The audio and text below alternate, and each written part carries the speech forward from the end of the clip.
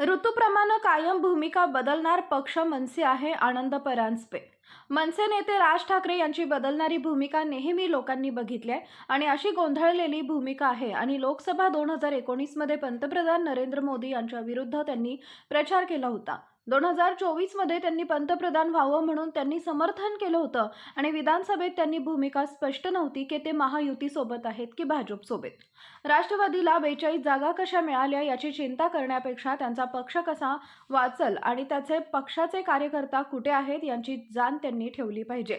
आणि जर तुम्हाला एवढं ईव्हीएमवर संशय होता तर तुम्ही त्यावेळी इलेक्शन पिटिशन का दाखल केली नाही? आता 3 महिन्यानंतर तुम्ही यांच्यावर संशय व्यक्त करत आहे, याला काही अर्थ नाही. स्थानिक स्वराज्य संस्था निवडणुकांबद्दल आनंद परांजपे यांच्या प्रतिक्रिया. या विषयाबद्दल आमच्या पक्षाचे नेते मिळून निर्णय घेणार आहेत, कारण अजूनपर्यंत कोर्टाचा आदेश आला नाहीये.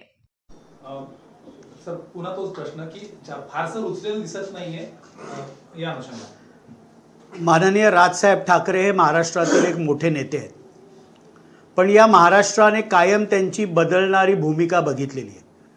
2019च्या लोकसभेच्या वेळेला काँग्रेस राष्ट्रवादीच्या बाजूने तत्कालीन देशाचे पंतप्रधान नरेंद्र मोदीजी साहेबांच्या विरुद्ध त्यांनी प्रचार केला.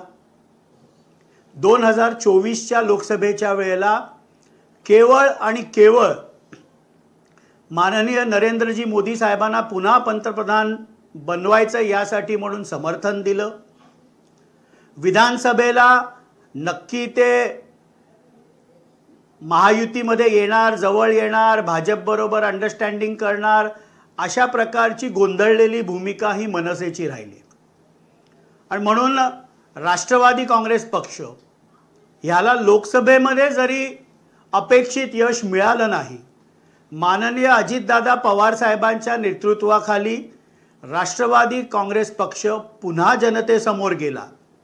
महाराष्ट्रातील जनतेशी नाळ जोडून लोकांचे प्रश्न समजून ते सोडवण्याचा प्रयत्न राष्ट्रवादी काँग्रेस पक्षाने केला. कायम ऋतूप्रमाणे आपली भूमिका बदलणारी मनसे, माझी तर त्यांना विनंती आहे की ह्या झालेल्या निवडणुकीमध्ये त्यांनी जवळजवळ 128 जागा लढवल्या. 1.55% मतं फक्त मनसेला भेटली. आज अशी परिस्थिती आहे की निवडणूक आयोग त्यांचं चिन्ह रेल्वे इंजिन हे त्यांच्यापासून जातं का, ही परिस्थिती उद्भवलेली आहे. त्यामुळे महायुतीमध्ये राष्ट्रवादी काँग्रेस पक्षला 42 जागा कशा मिळाल्या याच्यावर चिंतन करण्यापेक्षा आपला पक्ष कसा वाचेल, आपल्या पक्षामध्ये लोक, कार्यकर्ते, पदाधिकारी कसे टिकतील आणि महाराष्ट्रातील जनता आपली भूमिका स्वीकारेल का, याच्यावर त्यांनी आत्मचिंतन केलं तर ते त्यांच्या पक्षासाठी अधिक संयुक्तिक आणि योग्य राहील. तुम्ही बदलती भूमिकेच्या संदर्भात बोललात, पण त्यांनी बदलती भूमिका माझी नाहीच हा एक नरेटिव्ह आहे असं राज ठाकरे म्हणतायत. 2019च्या लोकसभेची सगळी त्यांची भाषणं बघा. ती काँग्रेस राष्ट्रवादीचे उमेदवार जिथे जिथे होते तिथे तिथे ते प्रचाराला गेले आणि महायुतीच्या विरुद्ध त्यांनी प्रचार केला. माननीय नरेंद्र मोदींनी गुजरातमध्ये केलेला विकास कसा खोटा आहे अशा प्रकारची भाषणं केली. तीच 2024ला लोकसभेची त्यांची भाषणं बघा. केवळ आणि केवळ माननीय पंतप्रधान नरेंद्र मोदी यांना पुन्हा निवडून आणायचंय यासाठी मी समर्थन देतोय अशा प्रकारची स्पष्ट भूमिका घेतली. या गोंधळलेल्या अवस्थेमुळे महाराष्ट्राच्या जनतेला कधीही त्यांच्या भूमिकेवर विश्वास राहिला नाही. 2009 मध्ये 13 आमदार निवडून घवघवीत यश जे मनसेला मिळालं, हे त्यानंतर झालेल्या प्रत्येक विधानसभेच्या निवडणुकीमध्ये, म्हणजे 14ला त्यांचा 1 आमदार निवडून आला, 19ला 1 आमदार निवडून आला आणि आता तर महाराष्ट्राच्या विधानसभेमध्ये प्रतिनिधित्व देखील त्या पक्षाचं नाही. म्हणून आत्मचिंतन करण्याची गरज खऱ्या अर्थाने त्यांना आणि त्यांच्या पक्षाला आहे. आनंदजी, याला लागूनच म्हणजे त्यांनी स्पष्टपणे उल्लेख जरी नसला केला तरी ईव्हीएम वर संशय त्यांनी एकंदरीत या संपूर्ण निकालावर उपस्थित केला. आतापर्यंत ते बोलले नव्हते. आधी काँग्रेस असेल, शरद पवार गटाने देखील ईव्हीएम वर संशय व्यक्त केला.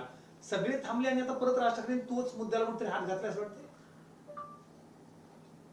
निवडणुकीच्या निकालानंतर आपल्याला इलेक्शन पिटिशन दाखल करण्यासाठी 30 दिवस असतात. आपल्या उमेदवारांना जर तिथल्या निकालावर विश्वास नव्हता तर इलेक्शन पिटिशन्स आपण दाखल करायला पाहिजे होत्या, रिकाउंट अर्ज करायला पाहिजे होते. पण तसं न करता अचानक नोव्हेंबरमध्ये झालेल्या निवडणुकांनंतर 3 महिन्यानंतर EVMवर आपण जर संशय व्यक्त करत असाल तर त्याला काहीही अर्थ नाही. आपल्याला जर संशय होता तर आपल्याकडे कायदेशीर मार्ग उपलब्ध होते. आनंदजी, यालाच लागून त्यांनी दुसरा मुद्दा असा उपस्थित केलाय की बाळासाहेब थोरातांसारखे ज्येष्ठ नेते कसे काय पडू शकतात आणि तुम्ही कल्याणचे माजी खासदार आहात, तिथल्याच राजू पाटील मनसेचे एकमेव आमदार होते, त्यांना त्यांच्या गावात एकही मत कसं काय नाही? माननीय बाळासाहेब थोरात हे काँग्रेसचे ज्येष्ठ नेते आहेत. 8 वेळा ते निवडून आलेत. अनेक वेळा अँटी इन्कम्बन्सी उमेदवाराविरुद्ध देखील येते. ज्या प्रकारचं वातावरण संगमनेर विधानसभेमध्ये होतं, तिथल्या जनतेने एका नवतरुणाला निवडून दिलं. शेवटी लोकशाहीमध्ये जनतेने जो निर्णय दिला आहे हा आपल्याला मान्य करायचा असतो. आणि कल्याण ग्रामीणमधनं राजू पाटील यांना त्यांच्या गावातनंच एक मत पडलं अशा प्रकारचा देखील त्यांनी उल्लेख भाषणामध्ये केला. राजू पाटलांकडेही संधी होती इलेक्शन पिटिशन दाखल करायची, रिकाउंटिंग मागायची, ती त्यांनी करायला हवी होती. केवळ EVMवर संशय व्यक्त करून विधानसभेच्या निवडणुकीमध्ये महाराष्ट्राच्या जनतेने आपल्याला संपूर्णपणे नाकारलं. 288च्या त्या विधानसभेमध्ये एक देखील सदस्य महाराष्ट्राच्या जनतेने निवडून दिला नाही. हेच याच्यातलं सत्य आहे. आनंदजी, याला लागूनच आज त्यांनी उल्लेख असा केला की मोदी किंवा शहा ज्यावेळी 8 टाकींची भाषा करतात त्यावेळी ज्यांच्यावर आरोप केलेले असतात, मग ते अजित पवारांचा खास करून उल्लेख, नाव घेतलं नसलं तरी सारांश तो दिसतोय की 8 टाकेन म्हणजेच मंत्रिमंडळात टाकेल. आधीच जलद सिंचन घोटाळ्याचे आरोप आणि त्यानंतर मंत्रिमंडळात सामान घेतलं. पुन्हा एकदा दिवसले अजित पवारांच्या या सगळ्या. नाही, शेवटी त्यांची देखील ईडीची चौकशी लागली होती. त्यामुळे तर त्यांची भूमिका 2024च्या लोकसभेला बदलली नाही ना. त्यामुळे ते महाराष्ट्रातील मोठे नेतृत्व आहे.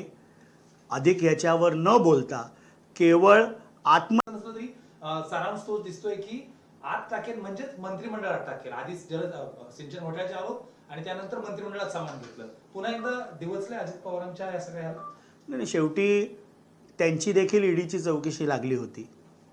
त्यामुळे तर त्यांची भूमिका 2024च्या लोकसभेला बदलली नाही ना. त्यामुळे ते महाराष्ट्रातील मोठे नेतृत्व आहे. अधिक याच्यावर न बोलता केवळ आत्मचिंतन त्यांनी हे करावं की येणाऱ्या काळामध्ये त्यांच्या पक्षाचं वाटचाल कशी राहील, त्यांचे पदाधिकारी त्यांच्या पक्षात कसे राहतील, अन्य पक्षांमध्ये काय चाललंय यापेक्षा आपल्या पक्षाच्या पुढच्या वाटचालीचं चिंतन त्यांनी केलं तर ते त्यांच्या पक्षासाठी अधिक संयुक्तिक राहील. मागील निवडणुकीमध्ये लोकांनी आम्हाला मतदान केलेलं आहे, पण केलेलं मतदान गायब असं होणार असेल तर मग निवडणूक लढवायची कशाला, असा त्यांचा आरोप आहे. शेवटी लोकशाहीमध्ये निवडणूक लढल्याशिवाय का आपल्याला आपल्या पक्षाची ताकद कळते. परमपूज्य डॉक्टर बाबासाहेब आंबेडकरांनी ज्यावेळेला संविधान दिलं त्यावेळेला देशासाठी लोकसभेची निवडणूक, राज्यांसाठी विधानसभेची निवडणूक आणि शहरांसाठी ग्रामीण भागांसाठी स्थानिक स्वराज्य संस्था ही रचना आजची नाही, 1947 पासूनची. त्यामुळे निवडणूक न लढता एखादा राजकीय पक्ष आपलं अस्तित्व टिकवून आणि आपला जनाधार किती आहे हे कसं दाखवेल. त्यामुळे निवडणुका घेणं आणि लढणं कुठल्याही राजकीय पक्षाला क्रमप्राप्त असतं. अजून एक याला लागूनच प्रश्न, ज्या पद्धतीनं मागच्या काही काळामध्ये 3 मित्र पक्षांमध्ये चौथा एक मित्रपक्ष वाढवू शकतो ही चर्चा वारंवार सुरू होती. ती विधानसभेला देखील होती, पण राज ठाकरेंनी वेगळा मार्ग निवडला. स्थानिक स्वराज्य संस्थांमध्ये देखील अशा पद्धतीची वक्तव्य राहील तर वाटते येत्या काळात जुळवून घेता येईल किंवा अशा पद्धतीनं तुम्ही राष्ट्रवादी म्हणून बघता एक चांगला नेता किंवा पक्ष सोबत राहिला तर?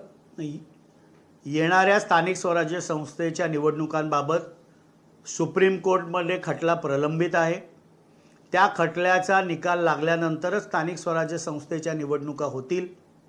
त्या निवडणुकांमध्ये महायुतीचा सर्व निर्णय हा राज्याचे मुख्यमंत्री माननीय देवेंद्रजी फडणवीस साहेब असतील, आमचे राष्ट्रीय अध्यक्ष व राज्याचे उपमुख्यमंत्री माननीय अजितदादा पवार साहेब असतील, शिवसेनेचे मुख्य नेते व राज्याचे उपमुख्यमंत्री माननीय एकनाथरावजी शिंदे साहेब असतील, हे तिन्ही नेते बसून महायुतीबद्दलचा योग्य तो निर्णय घेतील.